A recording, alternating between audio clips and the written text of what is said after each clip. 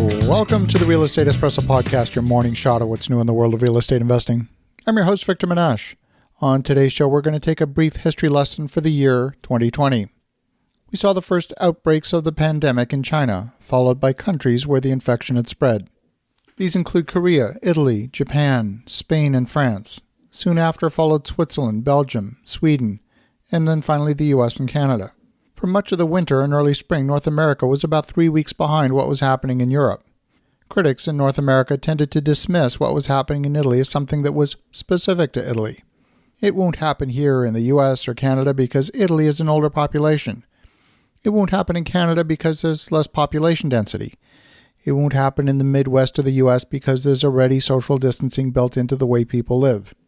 Yet, there's a trend in almost every conversation, and that is, the person agrees the pandemic's a problem, but it won't be a problem here. Why? Well, there's always a reason, at least until they're wrong.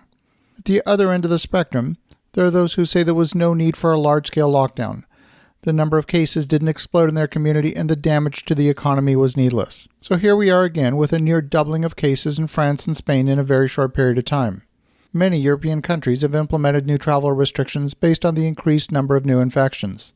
Spanish authorities have flagged social gatherings in nightclubs and among family and friends as the primary source of infection. In France, high-risk settings have been the workplace and medical facilities topping the list for disease clusters.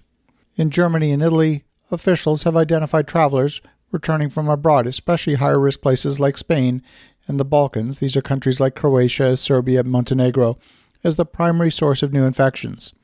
Germany has introduced obligatory tests for people returning from these high-risk zones. Travel within continental Europe has been relatively unrestricted since the middle of July. The UK now requires travelers returning from higher-risk countries, including France and Spain, to self-quarantine for 14 days on arrival. The store shelves in some towns in the south of Italy are bare again.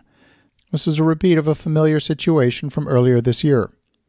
Now, I was reflecting on situations when I used to catch a cold. And so far this year, I have not caught a cold. Last time I had a cold was in July of 2019 when I attended a wedding. Haven't had one since. Before the pandemic, I rarely used to catch a cold. If I did, it was because my children brought it home from school. Sometimes I would catch a cold by attending a conference, or perhaps someone seated nearby on an aircraft was coughing and sneezing. Catching a cold required contact with those who were infected. Now, I know I'm not telling you anything earth-shattering here. Social contact increases the spread of disease, and the spread of COVID-19 requires human contact in exactly the same way. Now, you can argue whether the rate of transmission is either higher or lower than the common cold, but the fact is human contact will raise the rate of infection. So now we've got schools going back into session. Some schools have already started holding in-person classes.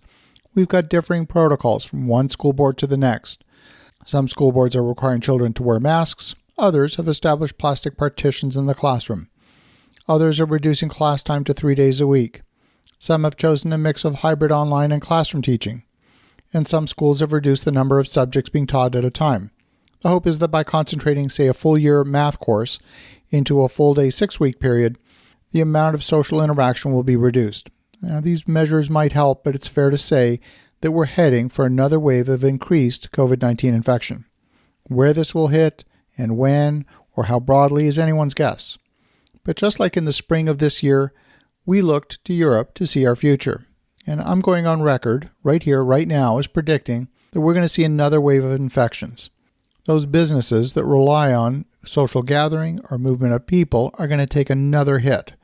That means a further setback for travel, hospitality, food and beverage, car rentals, and live entertainment.